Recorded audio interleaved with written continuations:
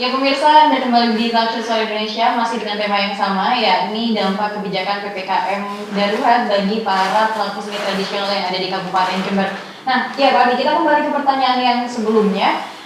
Kalau misalkan pelaku seni tradisional ini tidak melakukan pertunjukan selama masa PPKM, ini bukannya menghambat pengenalan kepada masyarakat tentang seni tradisional ya, Pak? Seperti apa? Terima kasih Mbak, pertanyaan yang sangat menarik sekali.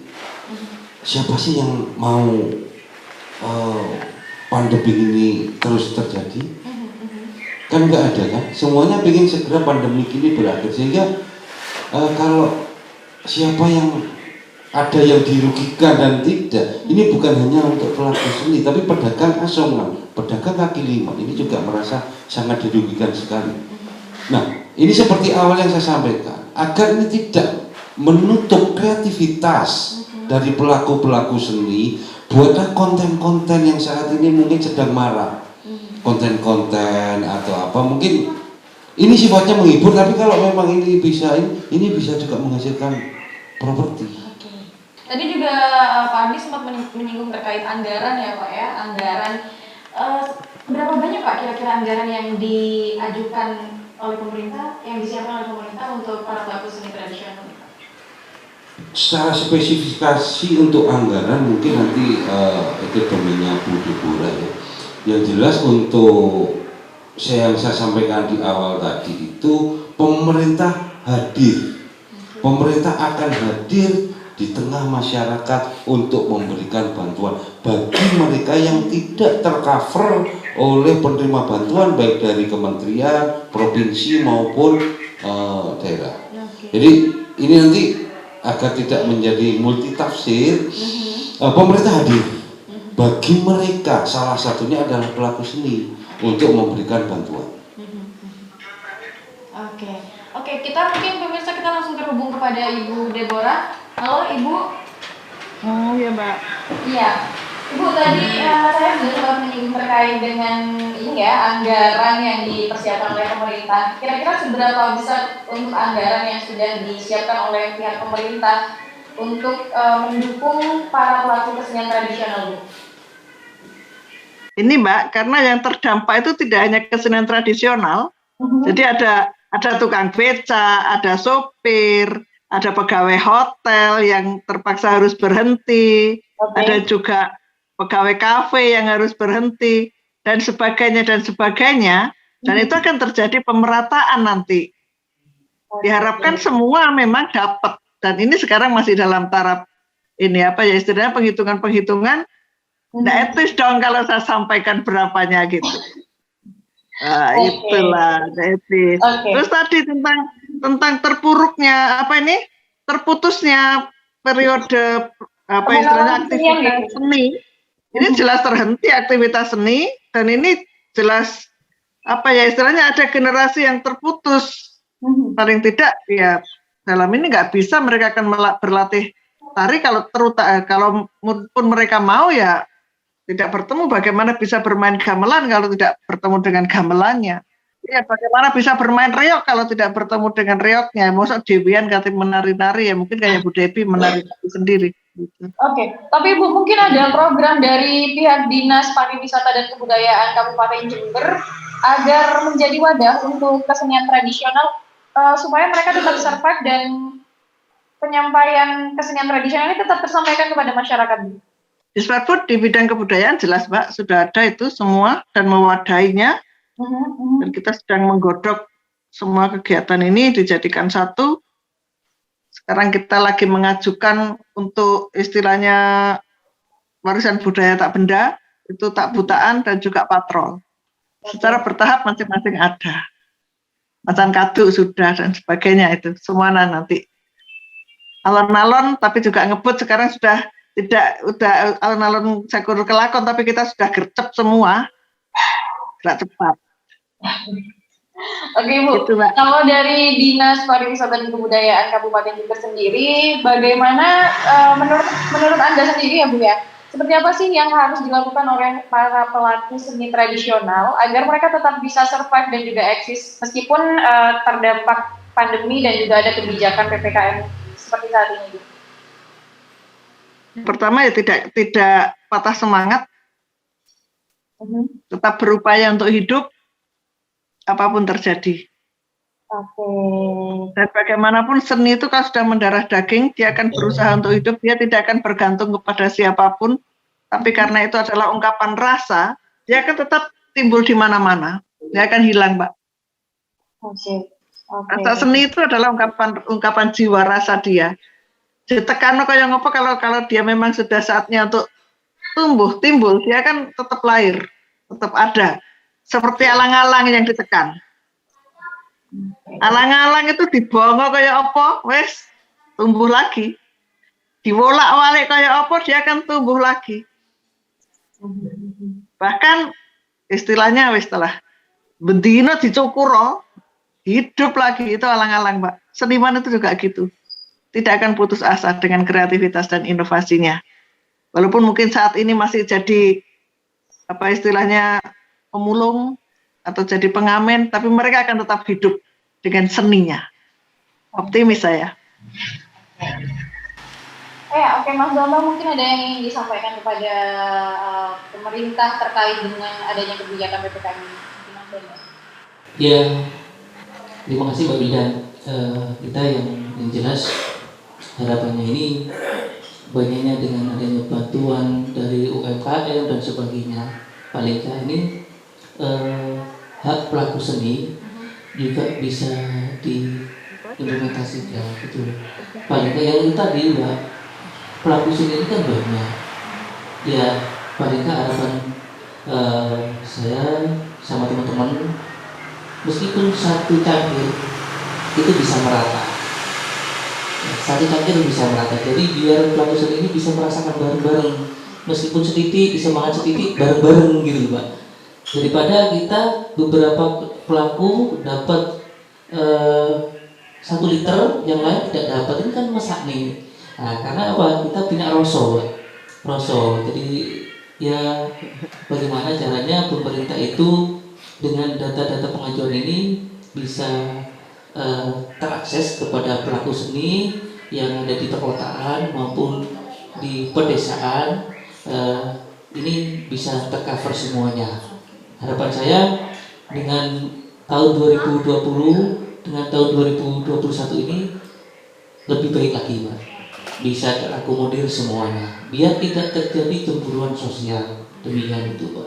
Harapan yang terakhir, semoga pemerintah ada kebijakan buat pelaku seni yang sudah disampaikan oleh Bapak Ardi tadi, meskipun tidak bisa melakukan pagelaran secara terbuka, paling tidak pemerintah memberikan solusi wadah atau tempat secara melalui YouTube atau media sosial maupun pagelaran-pagelaran lewat dunia ini ya, digitalisasi virtual atau apapun, tidak apa-apa. Yang penting teman-teman ini bisa terobati, sehingga terobati menghibur, imun mereka akan tergugah. Kami berharap selaku seni ada wadah, Mbak. Ada larangan, yang penting pelaku seni ini tetap bisa beraktivitas di situ. Buatlah media, entah itu di desanya, di kecamatan, buat virtual, tidak apa-apa. Nah, saya kembalikan lagi sarananya, ya monggo disiapkan gitu Mbak, monggo disiapkan. Gitu. Terima kasih. Semoga Ibu Deborah diberi kesehatan, Bapak Ardi juga. Semoga pandemi COVID-19 ini segera berakhir di bulan Agustus ini. Ya. Oke, untuk Pak Ardi mungkin ada yang ingin disampaikan selaku penerima banyakan dari masyarakat ya. Tadi mungkin untuk meyakinkan para pelaku kesenian tradisional bahwa pemerintah benar-benar hadir dan DPRD juga benar-benar hadir di situ. Ya. Sedikit yang ingin saya sampaikan, Mbak Ida dan Mas Bapak. Dalam masa pandemi ini, sekali lagi ini bukan hanya menjadi tugas dari tenaga medis, bukan hanya tugas dari TNI, Polri atau yang lain. Ini menjadi tugas kita bersama agar apa? kalau pandemi ini segera berakhir, jenengan pasti tentang apa? Nah, tolong kita semua, pelaku-pelaku seni juga memberikan edukasi kepada masyarakat untuk taat dan patuh kepada prokes tentang 5M, anjuran pemerintah, laksanakan agar ini segera berakhir. Kalau ini segera berakhir, yang menikmati pasti kita semua, termasuk para pelaku seni. Nah, pesan saya, mudah-mudahan kita semua di hari bulan ini adalah bulan kemerdekaan bagi NKRI yang kita cintai, yang ke-76, hari ulang tahun negara Republik Indonesia yang ke-76. Mudah-mudahan sebelum 17 Agustus kita sudah bisa menikmati tidak ada lagi PPKM. Mudah-mudahan harapan sehingga apa? Bukan hanya pelaku seni, tapi pelaku ekonomi, baik itu tukang becak, pedagang asongan dan lainnya, bisa mendapatkan rezeki dari hasil usaha. Ingat pesan saya yang terakhir, betul-betul sampaikan, berikan sama-sama edukasi kepada masyarakat bahwa COVID varian Delta ini betul-betul luar biasa, sehingga kita bisa, kalau ini segera berakhir, kita bisa segera beraktivitas. Wis tanggapan sing akeh, aku sing nginde. Ya. Mungkin itu, Mbak. Oke. Terakhir kita mungkin ada pesan yang ingin disampaikan oleh Ibu Deborah. Silakan Ibu. Oke, terima kasih untuk teman-teman seniman tradisional. Berseni kita ini bukan sekedar untuk mengisi perut, tapi berseni adalah ungkapan jiwa. Dan seni ini adalah darah daging kita. Seni tradisional merupakan unsur penting dalam budaya, dan kebudayaan itu adalah unsur penting dari berbangsa dan negara. Yang mempunyai seni itu adalah manusia, yang berbudaya adalah manusia, yang berperadaban, mempunyai peradaban adalah manusia, dan kita manusia, saya yakin punya rasa kemanusiaan. Dan pemerintah hadir, jelas tidak akan membiarkan masyarakatnya terlunta-lunta. Tidak ada pemerintah yang membiarkan masyarakatnya itu menderita. Semuanya kepingin masyarakatnya terlayani dengan baik. Juga mereka bisa hidup dengan mandiri. Monggo kita berseni untuk membahagiakan diri, untuk membahagiakan masyarakat kita, karena seni tradisi ini adalah milik kita, dan tradisi ini adalah kekuatan kita. Semangat selalu. Ya pemirsa, pandemi COVID-19 memang melanda banyak sekali sektor, bahkan keseluruhan. Namun hal itu bukan menjadi alasan kita berhenti berinovasi, karena orang-orang hebat bukanlah mereka yang gagal dan berhenti. Namun orang-orang hebat adalah mereka yang tidak pernah berhenti untuk berinovasi. Menurunkan angka COVID-19 merupakan tanggung jawab semua orang. Jadi mari patuhi protokol kesehatan dan juga peraturan yang telah ditetapkan oleh pemerintah. Terima kasih Bapak Ardi, terima kasih Mas Bambang dan juga Ibu Deborah, terima kasih. Terima kasih pemirsa Suara Indonesia yang telah menyaksikan Talkshow Suara Indonesia untuk kali ini. Saya Natasha Wildan pamit undur diri. Wassalamualaikum warahmatullahi wabarakatuh. Nuwun dumateng para kadang sutresna budaya. Salam budaya untuk warga Kabupaten Jember. Bahwasanya pelaku-pelaku seni di Kabupaten Jember siap untuk mensosialisasikan tentang protokol kesehatan yang ada di Kabupaten Jember. Tanpa seni kita bisa loyo, tanpa seni kita akan terserang penyakit, yaitu penyakit loyo. Akan kita kumandangkan sebuah lagu yang berjudul Prokes atau Protokol Kesehatan, yang tentunya akan dibawakan oleh dalang muda yang ada di Kabupaten Jember, yaitu Ki Lambang Pratama. Nuwun. Ayo kanca padha ati-ati, aja lali aturan negara, protokol kesehatan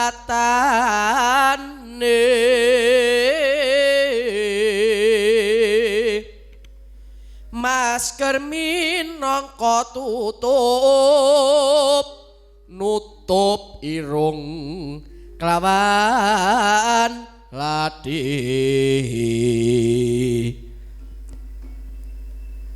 ayo sing wicaksana karben ora kisruh nyingkirake berita hoak kang tundane gawe rakyat wedi ayo bareng manunggal